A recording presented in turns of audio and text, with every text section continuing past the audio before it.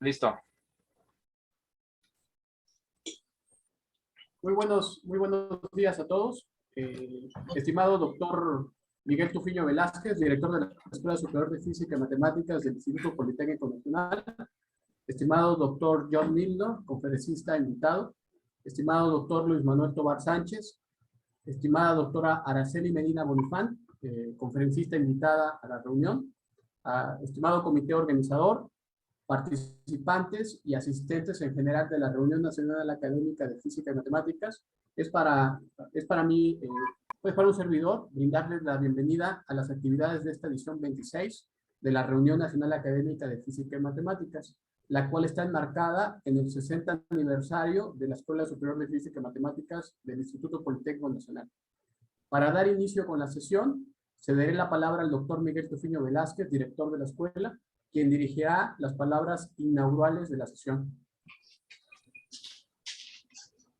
Muchas gracias, Eric. Muchas gracias. Buenas tardes a todos. Bienvenidos a esta Reunión Nacional Académica de Física y Matemáticas en su 26ª edición. Es un gusto para nosotros poder presentar en esta ocasión a uno de los personajes, yo diría de las leyendas de la matemática más importantes en los últimos años. En esta ocasión, nuestra Reunión Nacional Académica de Física y Matemáticas se engalana con la participación del profesor John Milnor de la Universidad de Stony, Brook, en Nueva York.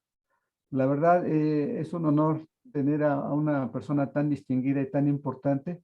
Y bueno, pues tenía que ser así, porque pues esta 26ª Reunión Nacional Académica de Física y Matemáticas se enmarca en los festejos del 60 aniversario de la fundación de la Escuela Superior de Física y Matemáticas. Entonces, para nosotros es un gusto, digamos, tener a personas tan importantes como el profesor John Milnor y a la doctora Araceli Medina Bonifant, quien es egresada de nuestra escuela y quien es la única mujer mexicana que publica o que ha publicado con un investigador que ha sido galardonado con la medalla Fields. Y bueno, pues la verdad es que es un honor y la verdad es que es un gusto, nos da mucho gusto tener egresados tan distinguidos de nuestra querida escuela. Por consiguiente, pues siendo las 12:33 de este día 25 de agosto del año 2021, declaro formalmente inaugurados los trabajos de esta 26ª Reunión Nacional Académica de Física y Matemáticas. Voy a permitirme dar la bienvenida al profesor John Milnor y después le daré la palabra al doctor Luis Manuel Tobar para que lea su ficha biográfica. Profesor John Milnor, it's an honor, it's a pleasure to have you here with us. We want to thank you for accepting to give this talk. It's for us very important that a person like you give a talk in this event in which we are commemorating the 60th anniversary of the Physics and Mathematics Faculty of the National Polytechnic Institute. So we are very pleased and we thank you a lot for participating in our event. And we want to welcome you, and I'm going to give the word to Dr. Luis Manuel Tobar. He's going to read your biographical sketch, and after that, you will be able to begin your talk. Please, Luis Manuel, we give the welcome to Professor Milnor and read his biographical sketch. Thank you. Good morning and welcome, Professor Milner. First, I will read your biographical sketch in Spanish for the audience, and then I will make the presentation of your talk in English. El profesor John Milner es una figura legendaria de las matemáticas. Él ha trabajado y publicado libros y un gran número de artículos de investigación en topología algebraica, topología diferencial, geometría diferencial, álgebra, teoría de singularidades y más recientemente en sistemas dinámicos. De hecho, la plática del día de hoy es sobre esta área. El profesor Milner es profesor investigador y codirector del Instituto de Matemáticas de la Universidad Stony Brook en Nueva York. Todos sabemos que las máximas preseas que se otorgan en el mundo de las matemáticas son la medalla Fields y el premio Abel. Pocos son los afortunados en llegar a recibir tales preseas, y menos aún los que han recibido ambas. Tan solo 5 en la historia. El profesor John Milnor es uno de ellos. El título de su plática es Mapeos polinomiales cúbicos, los cuales originalmente fueron introducidos y estudiados por Branner y Hubbard en 1988, pero que después de más de 30 años siguen teniendo problemas interesantísimos aún no resueltos. La plática de hoy es un trabajo conjunto con Araceli Medina Bonifant. So now, it's my pleasure to present Professor John Milner with the talk Cubic Polynomial Maps. Please, Professor Milner. Thank you.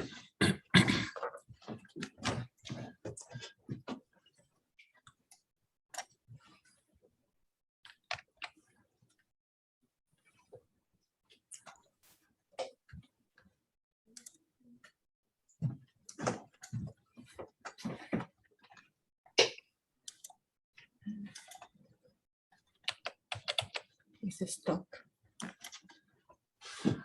Well, I seem to be having trouble with my getting started, but it's a great pleasure to be in Mexico, at least by computer. And it's wonderful to see people. The talk I want to give. Let's see what we can do. Just go ahead and keep talking. Okay. The talk I want to give is about cubic polynomials, but I will first start by talking a little bit about quadratic polynomials.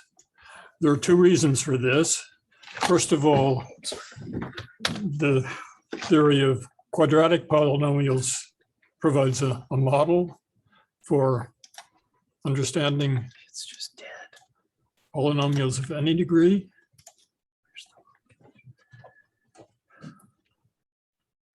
Sorry. And second, when we study cubic polynomials, we often find reminders of quadratic polynomials. In cubic Julia sets, we often find copies of quadratic Julia sets. In parameter space for cubic polynomials, we often find copies of the Mandelbrot set, the parameter space for quadratic polynomials.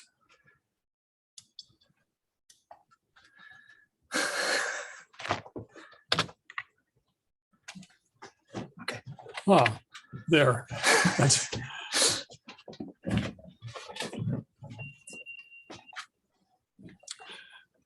so the dynamics of polynomials has been studied for more than 100 years. So I can't give references for all of the facts I will quote. Many of them are quite old. Some are more recent.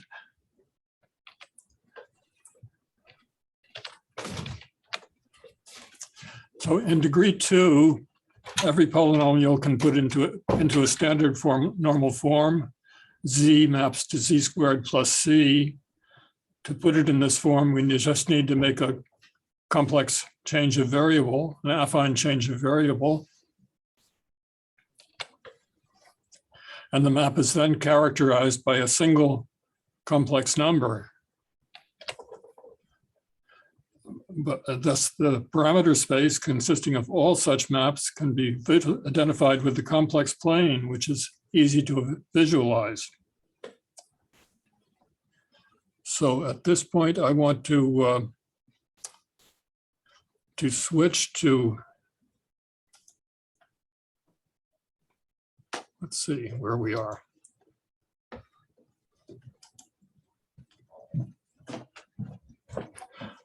So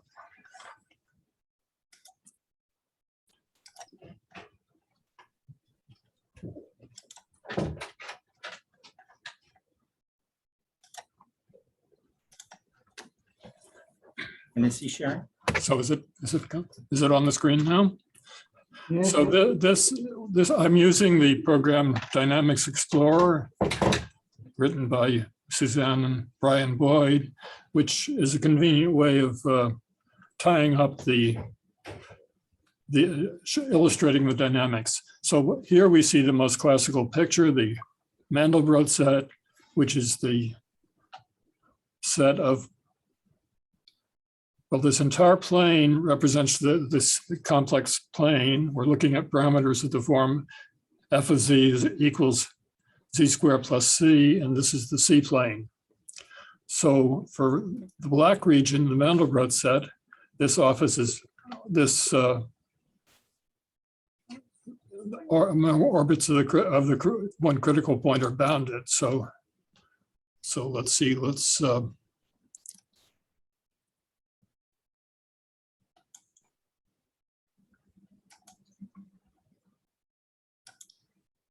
so if I point in the middle of the Mandelbrot set, we get kind of a featureless thing.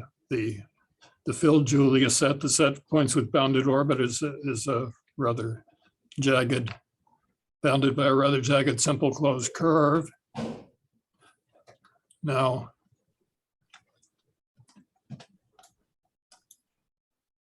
sorry,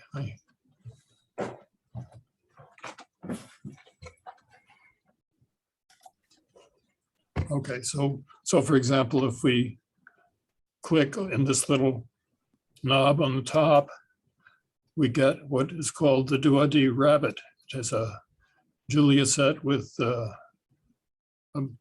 critical period 3 orbit. So if we trace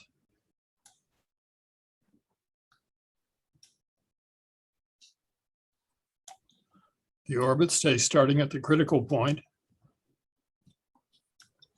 we get an orbit which bounces around like this. And if you start somewhere out here, this is a pre-image, so it will eventually get to there. It bounces around if it finally ends up circling around the critical point. But if we go this green is the filled Julia set, the set of points with bounded orbit. If we click anywhere outside of this, say just here, then the orbit will bounce around and eventually shoot off to infinity. Or if we click farther out, it will shoot off right away to infinity. And we get similar things for other points. So suppose I click here. This is the points are organized by period. This is period 1/4, 1/3. This is, I think, 3/5, and this is a half. If I click there, we got a thing which is popularly known as the basilica.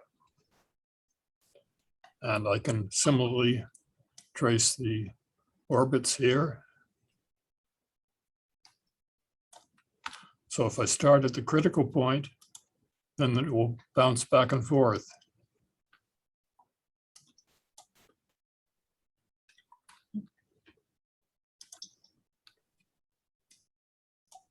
But if we start somewhere else, like here, we will eventually, in the green, we will eventually get, orbit will bounce around a bit, but eventually get there. But if we start anywhere outside the green, then the orbit will eventually shoot off to infinity.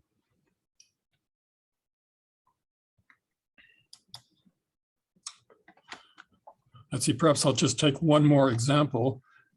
The Mandelbrot set seems to finish here unless you look closely. But let's see if we zoom in. If we blow up this region, then we see that there are other copies of the Mandelbrot set out here. And for example, this is the biggest one. If we click here with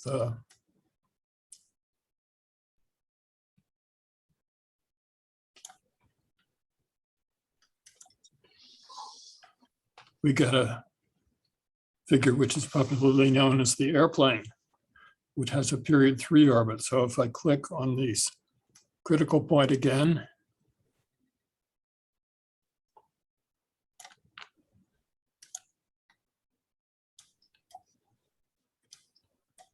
then, well, it's rather hard to see what's happening because the orbit shoots back and forth between this point, and this point. Or I'm sorry. Anyway, it shoots around in a period 3 orbit. I guess we'll see it better if I click slightly off center. So let's see, it first goes way out here, and then over here, and then back here.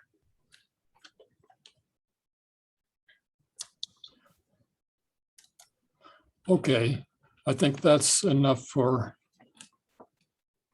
this.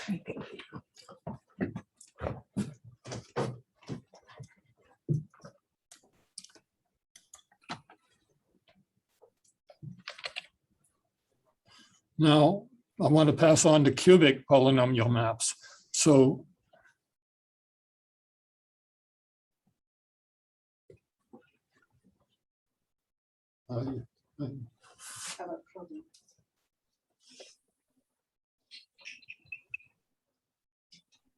what did you do? I don't know, it died. There. Okay, I'm okay. Okay. Now, Yeah, where are you? Yeah. okay, Cubic case. yeah.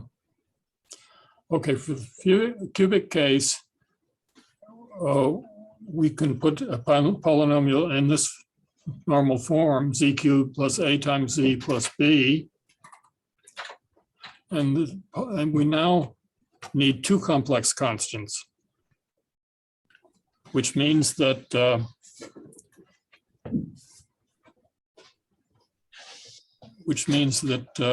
analog of the Mandelbrot set now lies in a space of 4 real dimensions. So this is 4 dimensions is pretty hard to visualize. It's easy to get lost if you're trying to find out what's happening. Okay. Keep going.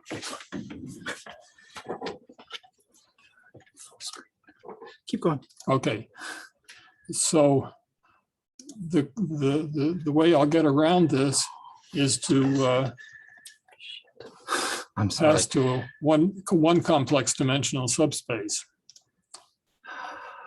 I'm perfectly happy with it. Okay, well, Spanish, keep but- up with the Spanish. I'll see if Yeah. I can find the English. Yeah. So the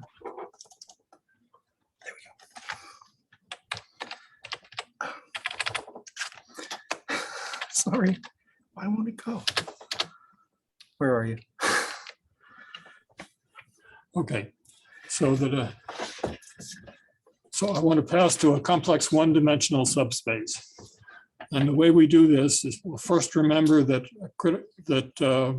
look at the critical points. A cubic map has 2 critical points, once where the derivative is 0. Oh, one special case, the 2 points come together, but in general, there are 2 distinct critical points. And what we'll do is mark these points and require that one of them, the first critical point, be periodic with some fixed period. So in this way, we obtain what I call a space SP, the parameter space. So for any integer p, 1 or more, the space SP is the set of all conjugacy classes of cubic polynomial maps with a marked critical point A, which has period P under iteration.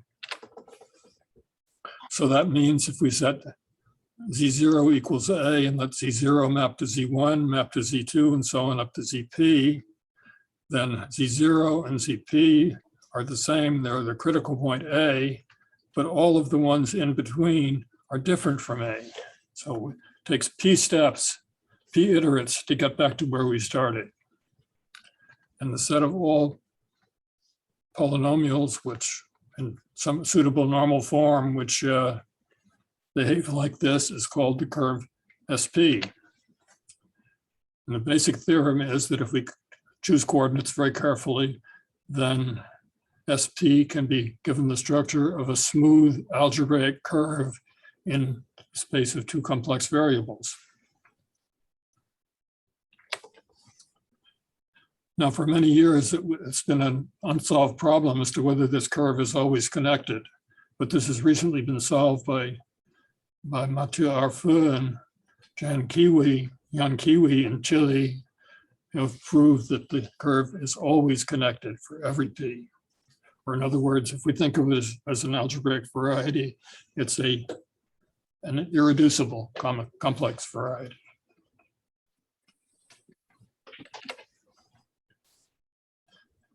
Now, so for each p, we have a Riemann surface that we can study. But there's a problem. The genus grows very rapidly with p. So for p equals 1 or 2, for period 1 or 2, we got a curve of genus 0. That's just a Riemann sphere. But for curve of genus 3, we have a genus 1. For period 3, we have genus 1, which is a torus, and then it goes up very rapidly. And these are not closed Riemann surfaces. Each one has punctures. So for period 1, we just got the Riemann sphere with one point at infinity, and we remove that, we get the complex plane.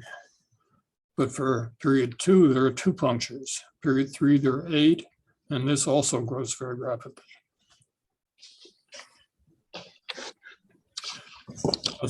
SP is a very complicated object when p is greater than 3.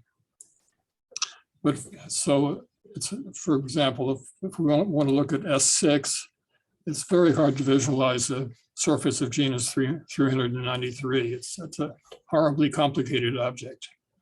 But fortunately if we just look at things locally, if we look at any one small piece of this parameter space, then we get something which looks just like a small open set in C, and we can make pictures and understand. So we can hope to understand things locally. It's more difficult to understand things on the entire surface all at once.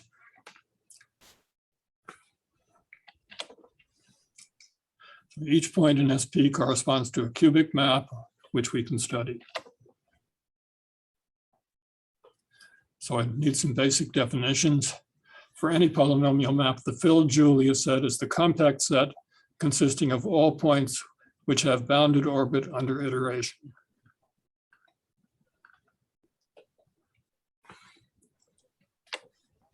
It's easy to make at least rough pictures of this filled Julia set. Just pick it, if we give any point, and we can start iterating f many times. And if we're not in the Julia set, then not in the filled Julia set, then eventually we'll shoot off towards infinity. So for example, if you just iterate 100 times,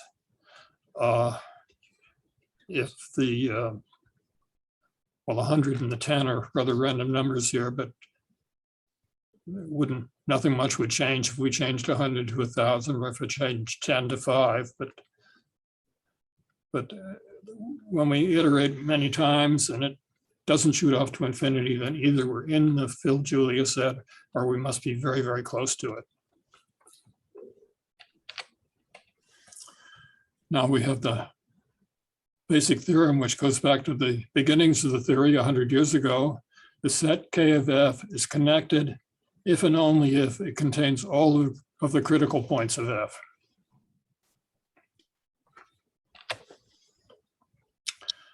And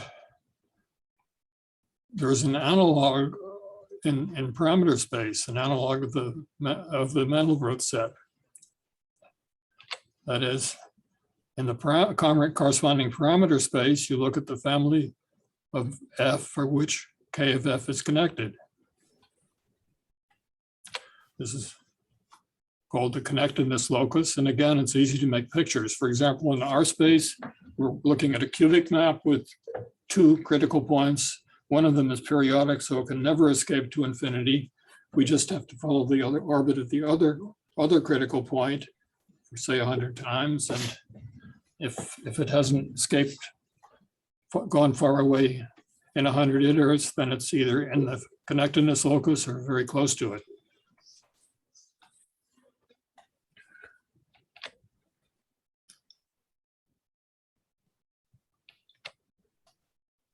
Well, so the first basic theorem is that the connectedness locus is always a compact connected set. Here we're using the fact that SP is connected.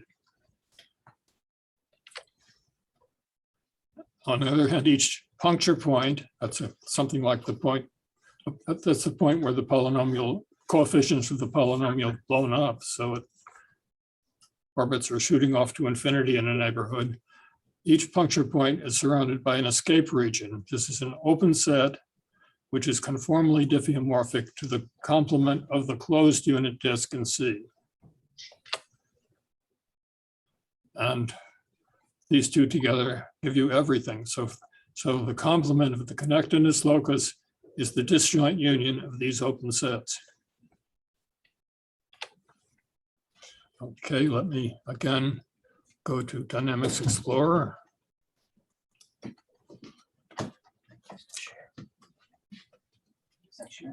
No, he has to share. Okay.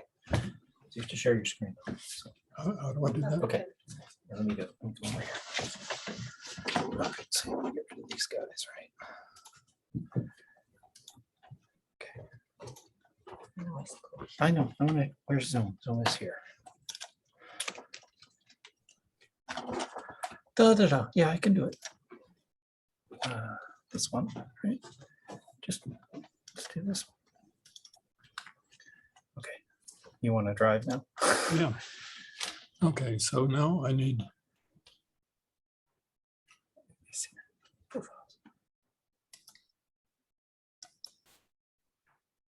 No, I'm sorry. File. I think it's file. New image. Yeah.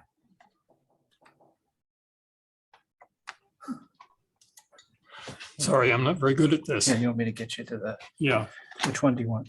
the S2. This one? No, that's the Julia. Is A cub? Is it? No, S2. Oh, there it is. S2 canonical, right? Yeah. Not toric. Mhm.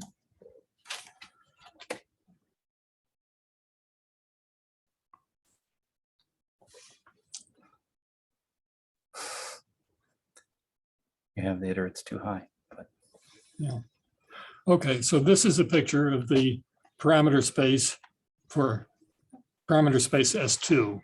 So notice that we have two escape regions. There's an outer escape region which is centered at the point at infinity, and an inner escape region which is centered at the origin. And let's see if we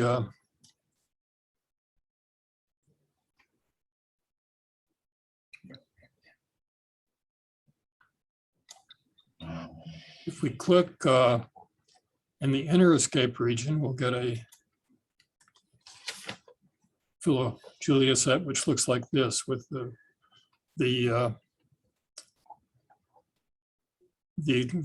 components of the Philo-Julia set look much like disjoint round balls, and most of them are very small.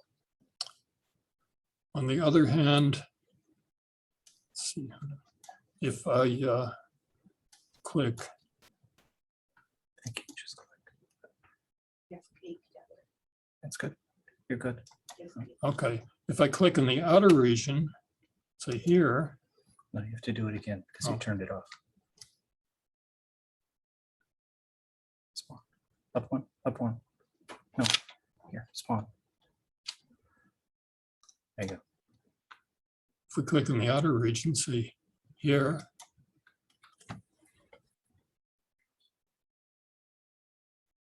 then the Julia set is filled with figures of a familiar object, namely the basilica. And it's not only it looks like the basilica, it acts like a basilica too. So if I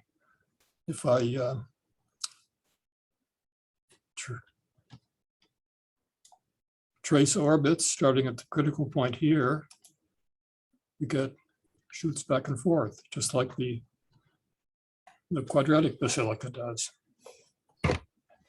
This set out here is let's get rid of this. This set out here is a pre-image of it. So if we start somewhere out here, we'll shoot down and eventually get get back to this. And all of these little sets are pre-images. So if I click it on any one of them, it'll eventually get back to the pre-image. But if we click outside the Phil Julia set, say if we click at a point like this, then the orbit will eventually shoot off to infinity. Well, that's the inside and the outside. Now, if this, for example, is a little copy of the Mandelbrot set. And if we click here,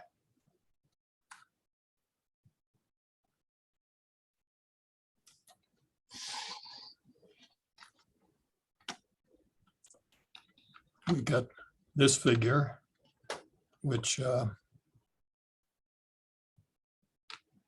well, that's what we get in any case. But let me give some other examples. Oops. That was a mistake. Well, that's what you wanted. You have to grab the top. Oops. You want this one? On that, No, you want to grab the top.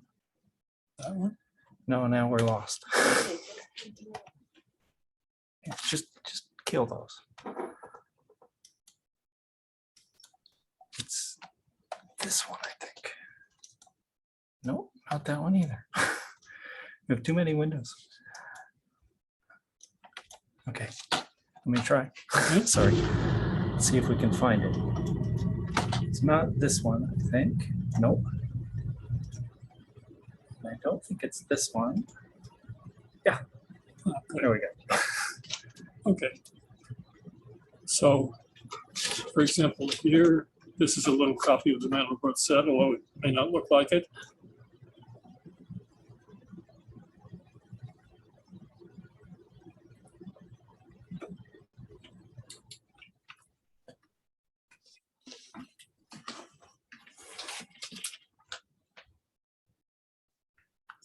So here, since we're in S2, there should be a period 2 orbit. And it looks like we have a, well, let's just click and see what we're getting.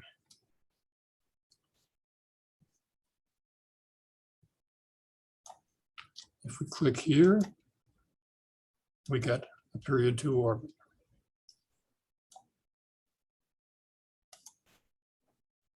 If we click here, we find a fixed point. So this is the case where we have a period 2 orbit going back and forth and a fixed point here. Now we can compare that. Oops.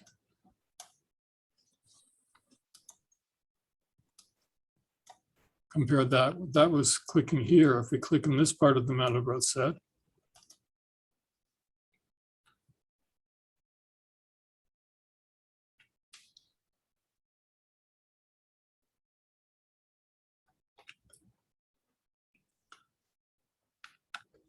then we get a very symmetrical figure. So the two critical points do very much the same thing. One goes back and forth here and here. The other goes back and forth here and here. So we'll have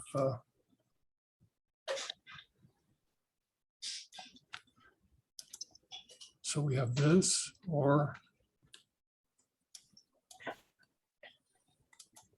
this. And I think that's maybe enough of this, but how am I doing for time?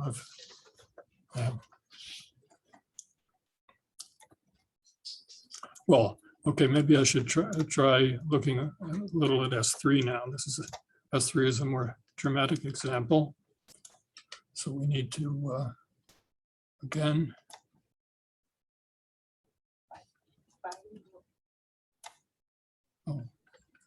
file, Yeah. New image. Yes. What? Here, where it says Mandel complex, you pull that down. And you should see S3 torque. Now, there. And then way down. Yeah. So Yeah, this one. cubic, That's Julia. You want the one above it? Or right there. Yeah. And then you want to, Front image. Okay. So this will be a picture of the torus.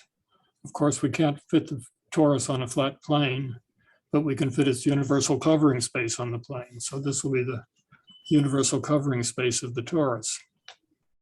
And you remember that there were 8 puncture points here, or correspondingly 8 escape regions. Well, since this is the universal covering space, things get copied several times. For example, this is, I think, the rabbit region, and it is isomorphic to this. These two are identical. This, I think, is the complex conjugate rabbit. That is isomorphic to this. But there are 8 essentially different regions. There's 1, 2, 3, 4, 5, 6, 7, 8. And well, I've said this was the rabbit region. Let's check if it's true. If we spawn.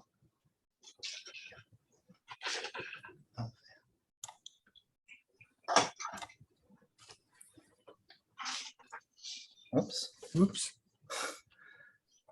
Doesn't seem very. this one. Bad window. I'm very confused. So let's see where. Maybe try it closer to the edge. So yeah, I think you're okay on spawn. Yeah. You're fine there. Don't select anything. Just that'll turn it off. Okay. So just click, yeah, try that.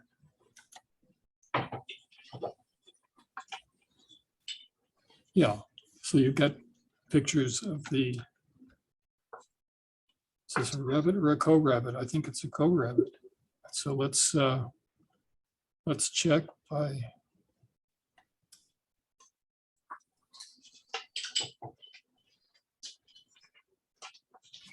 Yeah, those are trace. Okay, if we click, say, at the center point, then we get a picture just like the complex conjugate of the duoddy rabbit. Let's see, are there more things we can look for here?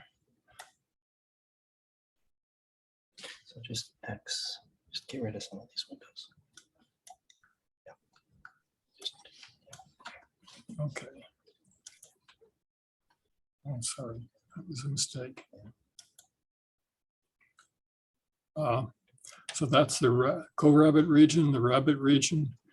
This, I think, is the airplane region. Go near the edge. Oh, okay. So So I you're way was, like A and Yeah. C or 100. yeah. So I go somewhere in here.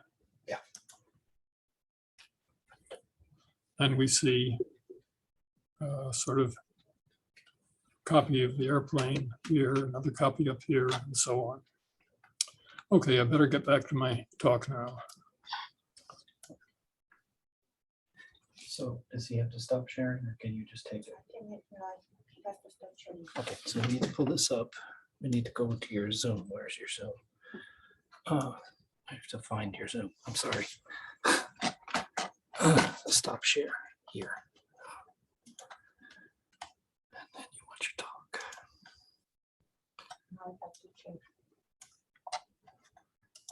And is this still alive? Okay,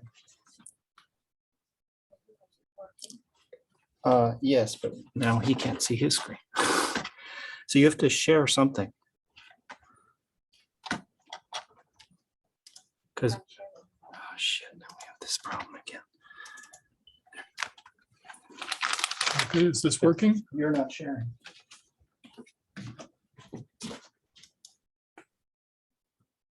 Yeah. Yes. Okay. Now, this is, I want to talk about the next important topic, external rays. There are external rays in the field for the field Julia set. There are external rays for the connectedness locus. But first, suppose that we take a cubic polynomial which belongs to the connectedness locus. Then I've said that the complement of the filled Julia set is isomorphic to the complement of the closed unit disk. But this is, there's more to say than this. Not only are they diffeomorphic, but they share the same dynamics. So if we look at the map F in the complement of the filled Julia set, it looks just like the corresponds exactly to the cubing map. F maps to F cubed in the complement of the closed unit disk. So suppose we look again at this example, which is a cubic Julia set, which is more or less symmetric.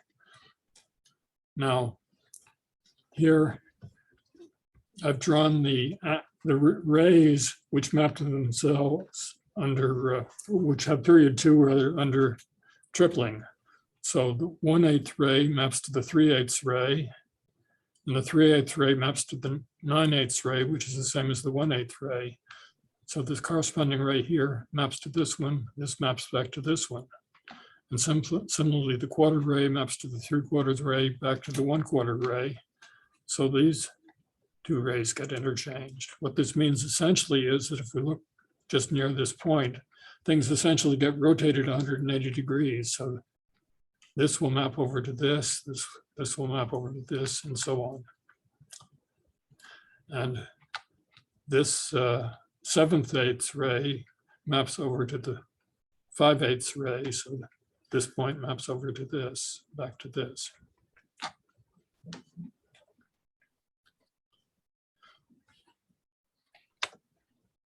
Now we can formalize this by making a following definition. If we pick a period Q, then the period Q orbit portrait for a cubic map is an equivalence relation between angles of period Q under angle tripling. We say that two angles are equivalent if and only if the corresponding rays land at the same point.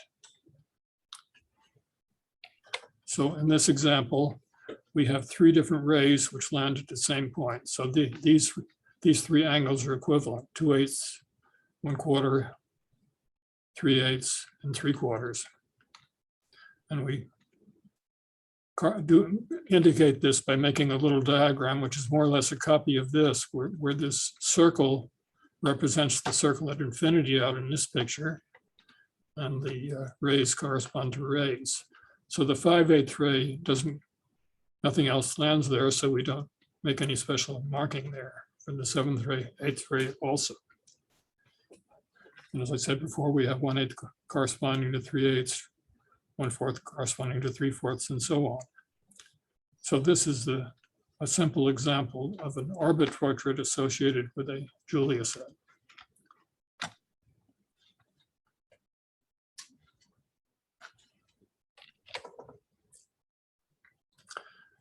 Now, much of what I've said up to now would work equally well in any degree, but this is a very special feature of cubic maps, that every critical point has a corresponding co-critical point. And we can see it easily if we look at the real graph of a cubic map. So here we have 2 critical points, but I choose coordinates so that their average is 0, so that if one of them is A, the other is -A. And then the points 2A and -2A play a very special role, which you see from this graph. F of A is the same as F of -2A. And similarly here, F of -A is the same as F of 2A. So this may look like a special feature of this graph, but it's true for any cubic map over the real or complex numbers. And here's an example. This is an example where we in S2 in a region where we have copies of the basilica. So we have a critical point A, marked critical point, which maps back and forth to its image. And then we have a free critical point whose orbit escapes to infinity. And it's convenient to draw a figure 8 curve consisting of all points which which shoot off to infinity at the same speed, where this has a precise technical definition. So everything on the figure 8 shoots off to infinity. Everything outside the figure 8 shoots off to infinity even faster. And the whole field Julia said is contained inside the figure 8. Some parts are in the big lobe and some parts are in the little lobe.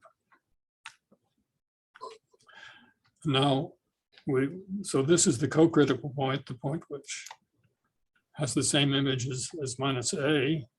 So it's convenient to look at the external ray which passes through this point.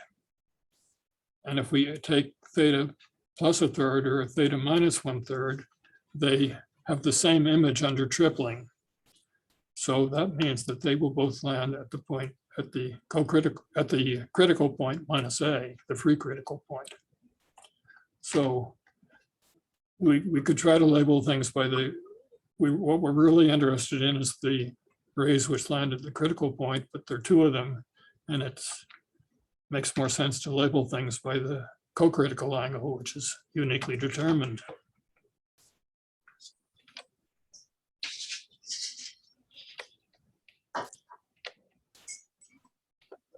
So we say in this case that the map F lies on a parameter ray of co-critical angle theta,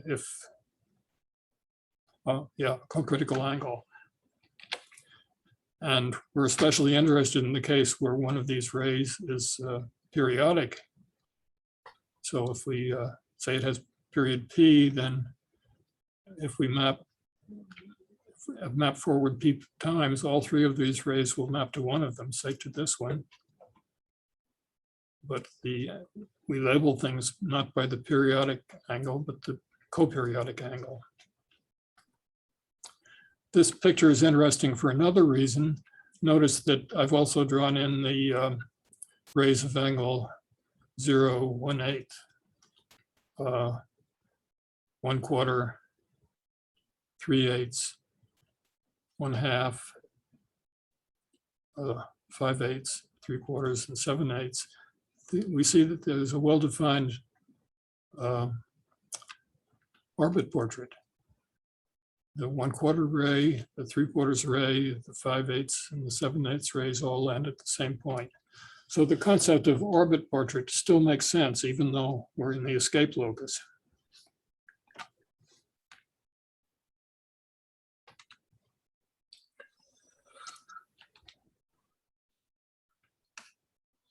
Okay.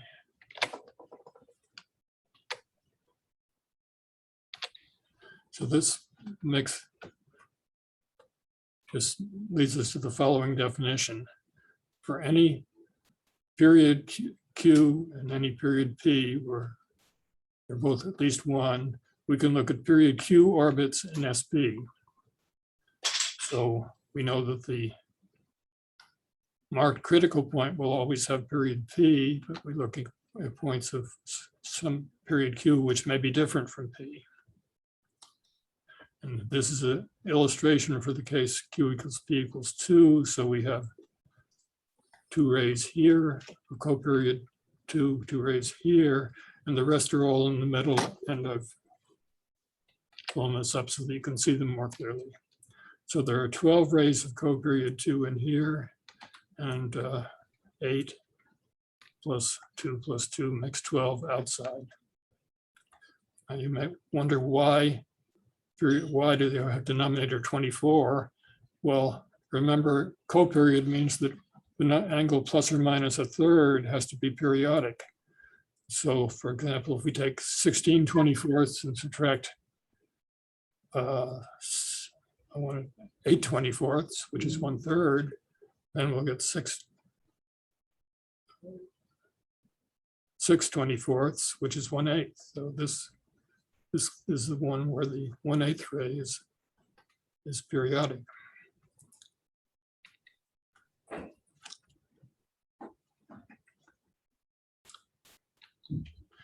And so this divides the space up into a number of faces. The next slide shows these. 8 faces, many faces. So there are 12 rays inside and 12 rays outside, and a number of faces, and you see that there are many different possible orbit portraits. In fact, there are almost all but one of the possible period 2 orbit portraits are shown here. For example, we can have just 5/8 and 7/8 joined, or just 1/8 and 3/8. We can have both, or we can have this figure, or the complex conjugate figure. We can have this figure, or its complex conjugate figure, which I guess is that one, or similar figures here and here. You might think you could have an orbit where only these two are joined, but remember that 1/4 maps to 3/4. So this curve maps to this curve. You can't have this one without this one. That's different from this situation where each of these lands at a fixed point, so that you can have only one of them. But here, one of these implies the other.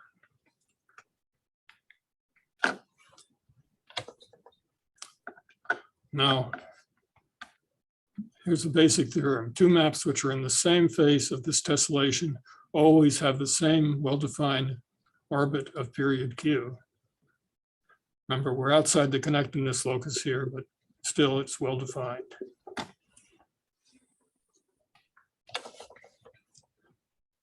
And there seems to be a further statement that faces with an edge in common always have different orbit portraits. So when we cross an edge, it essentially always changes the orbit portrait.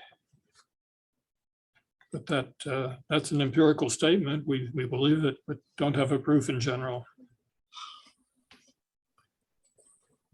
Oh, but before I should check this, if we go back here. So for example, here we have an orbit portrait. And if we cross an edge, we get a smaller orbit portrait. Or if we cross this edge, we get a different smaller orbit portrait. Or if we cross this edge, we get a different orbit, more complicated orbit portrait. But every time we cross an edge, something changes. Now, notice that we have to cross an edge. If we cross through a vertex, we could cross from here to here through this vertex, we get the same orbit portrait. So it's important that we only allow crossing an edge. Or similarly here, we could cross through the point and get to here with the same orbit portrait. Okay, that was the case with the S2. If we go to S3, things get much more complicated, as you see. There are many, many more. Even for the period 2 in S3, there are many more things to consider. Well, there's still only 12 in each face, but there are more faces. So each face has 12 edges, but we get this more complicated picture. And we can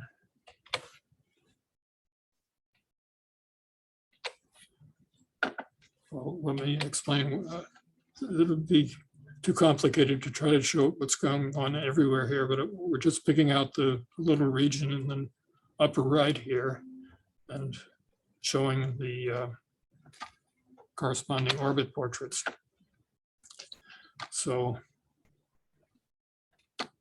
well, first, I said roughly that crossing an edge always changes the orbit portrait. Now, that isn't true. Sometimes we have an edge like this, which ends at a dead end. In that case, the two sides are the same. So if we cross this edge, we cross from a face to itself, but that's the exception. If we cross from a face to a different face, then the orbit portrait seems to change. Now, I said that we saw almost all possible orbit portraits of period 2 in the S2, but there's one exception. Here we have a region where the orbit portrait is empty. No two rays of period 2 land at the same point. Again, we see we can have two different regions here and here with the same orbit portrait of period 2 and so on. And if we if we went through the whole thing, we'd find all possible period to orbit portraits.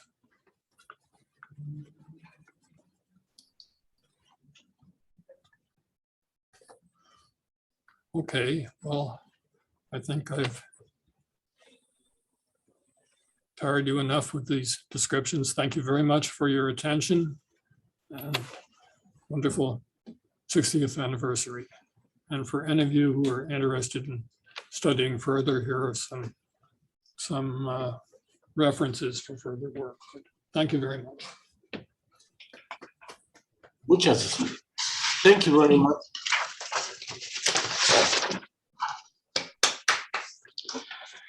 Thank you very much, Professor Milner, for this nice talk. I am sure that your talk will inspire to our students and researchers to study deeply this kind of problems. Thank you. Thanks a lot. Now, some question, preguntas de algunos de los que están viendo vieron esta plática. ¿Hay alguna pregunta? Sí, aquí hay en el chat. Pregunta, why no quadratic term in the map? Why is there no quadratic term? Well, okay, the normal form for a polynomial of degree D, you have a two-parameter family of affine transformations that you can change it by. And the first thing you can do is change it so that the leading coefficient is +1. That's called making it a monic polynomial. And that still gives you 1 degree of freedom. So you can use that to change the next highest coefficient equal to 0. That's called centering the polynomial because it has the effect that things will be, this is more or less the center of gravity of the field Julius, that things are arranged around this center. And this in the particular cubic case, this means that you don't have a degree 2 term. If we were looking at degree 15, we'd get rid of the degree 14 terms. Okay. Okay. Paz quiere hacer una pregunta. Paz. Paz, adelante, abre tu micrófono. ¿Me oyen? Sí. Actually, I just wanted to thank you, Jack. I'm Paz Alvarez. To thank you for a beautiful, beautiful talk. And it's so great to see you. Es todo. Thank you. Gracias. Adán también quiere hacer una pregunta. Adán. Adelante, Adán, abre tu micrófono.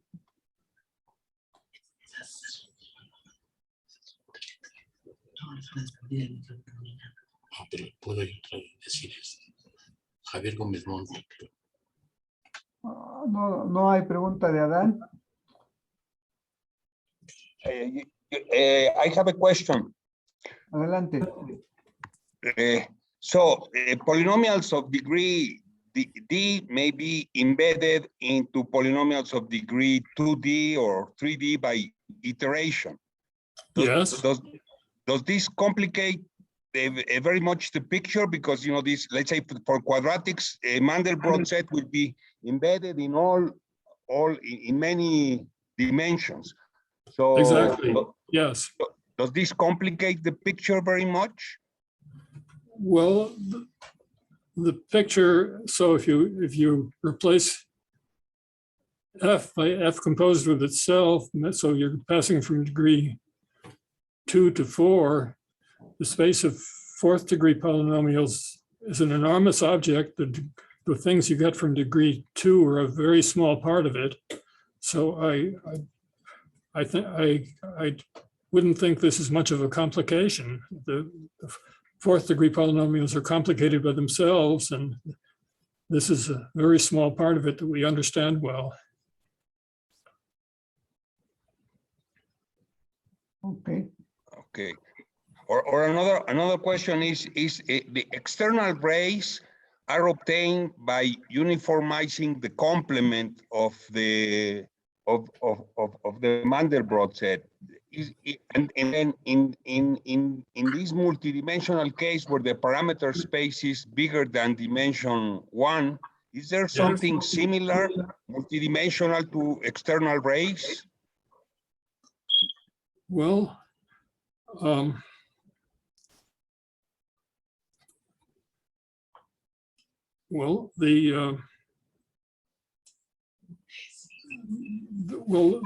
I guess the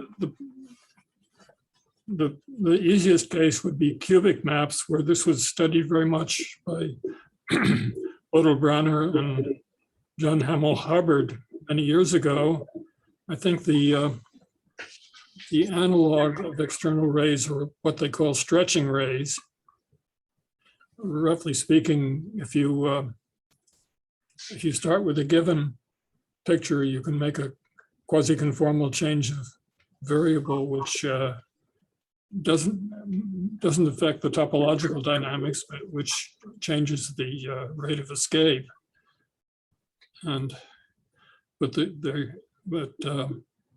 So roughly speaking, in higher dimensions, the equipotentials, the things which escape to infinity at a given rate, form a smooth hypersurface, and the orthogonal trajectories are curves, which you could call external rays.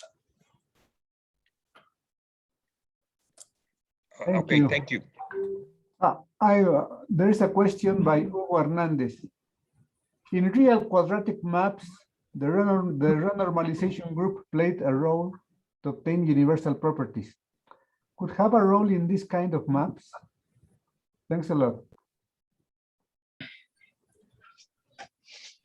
I'm sorry, I didn't quite understand the question. Well, I will read it again. In real quadratic maps, the renormalization group played a role to obtain universal properties. Could have a role in this kind of maps? Renormalization, like renormalization. Yes, I'm sure that renormalization is a very important topic. But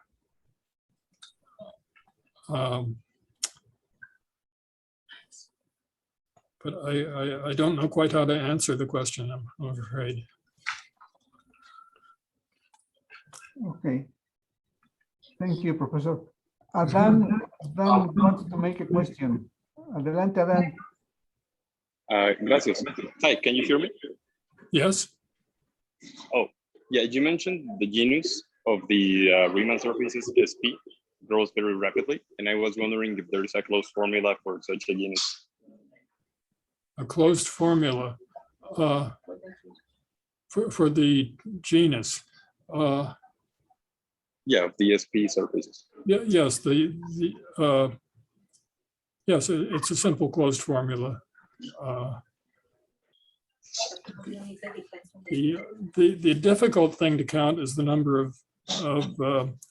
of puncture points. That it's a difficult computation, and it's been carried out for up to 30 or so, but after that it's not known. But for the genus, there's a simple formula. There's it roughly goes like 3 to the p, and okay. Mm-hmm. Thank you very much. Mm-hmm. I have a question.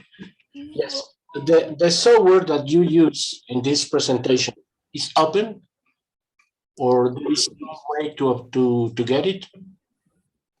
D-tool. Oh, D-tool, yes. That's It's free. it's a free program.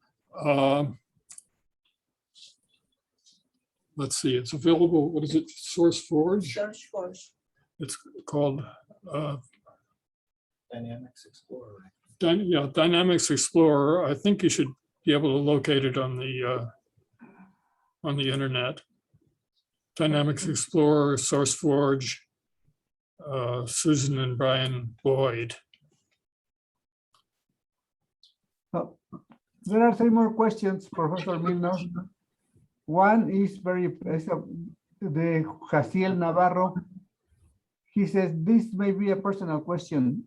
In your opinion, what's the work of a mathematician? What is the work of a mathematician? Yes. Well, there are many things that a mathematician has to do. Exploring the unknown. It's a cooperative enterprise, an international enterprise. So we take ideas from many countries, and we hope that the ideas will spread to many countries. In this particular case, holomorphic dynamics, the beginnings were in France, but people in many other countries contributed. And I think of mathematics as a wonderful collaborative effort from people all over the world, who can agree on the rules of what is true and what isn't, and cooperate in making progress in understanding. Thank you. Thank you very much. Very nice, very great answer. There's another question by Emma Turrubiates. Hello, Professor Milner. Do you have any advice for young mathematics students? Thank you.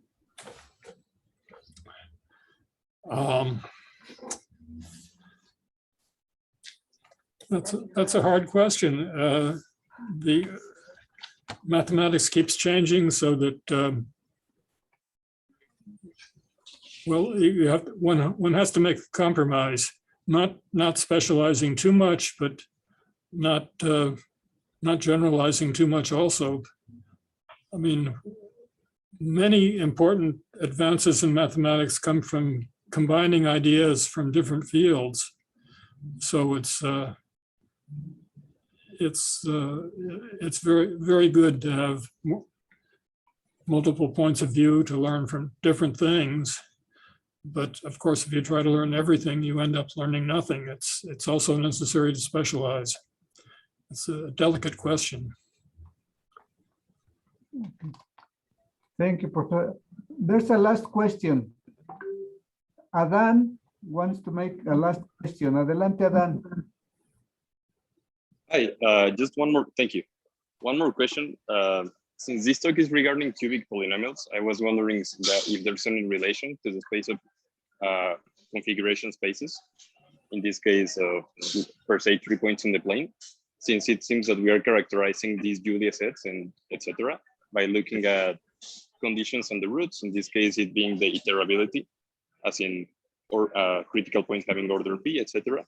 So maybe looking at these polynomials from the point of view of the roots, and therefore from the point of view of configuration spaces, does this provide another insight into solving this problem? Well, I think this illustrates what I was just saying. Progress often comes from combining several different points of view. So this is certainly a very valid alternative point of view.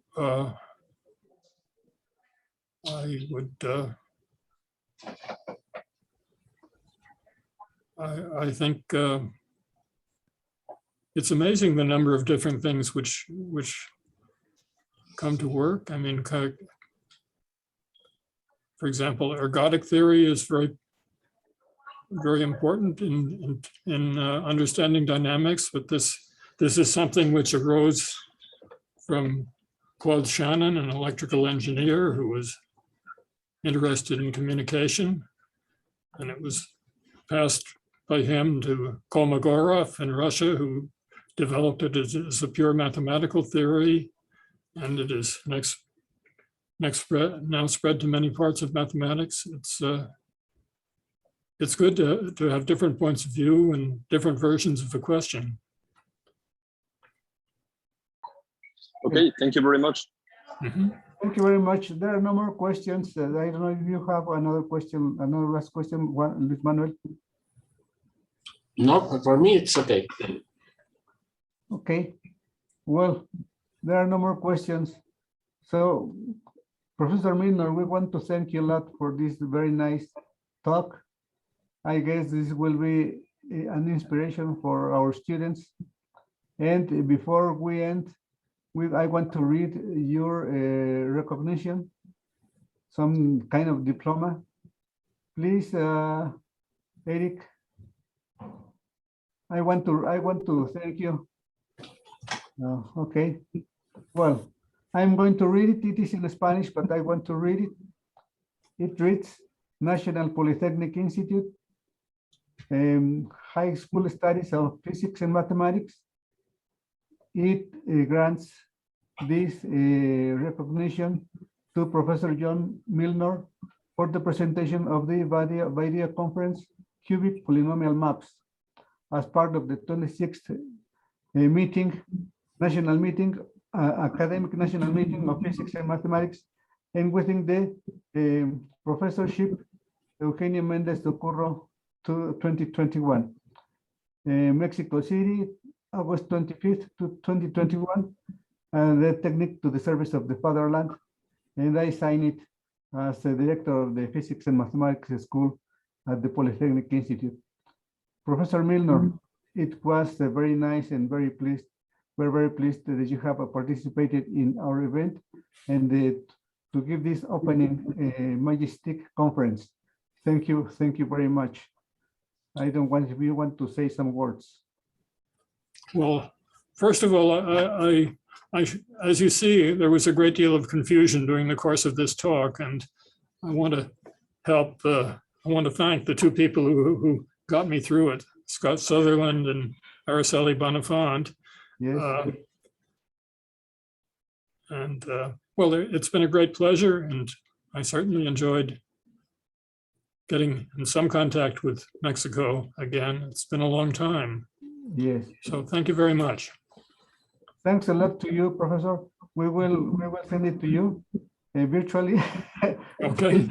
Recognition, but Thank you. we'll send you some presents by mail, you. just for participating in our event. I hope you will receive them in the next days. Thanks a lot. Thank you very much. You're welcome. Bye. Bye. Well, Thank you, Dr. Milner. Thank you. Hasta luego, Araceli. Hasta luego. Bye. gracias, Araceli. De nada. Bye. Bye. Thank you so much. If you want to show yourself. Oh, me? Just here.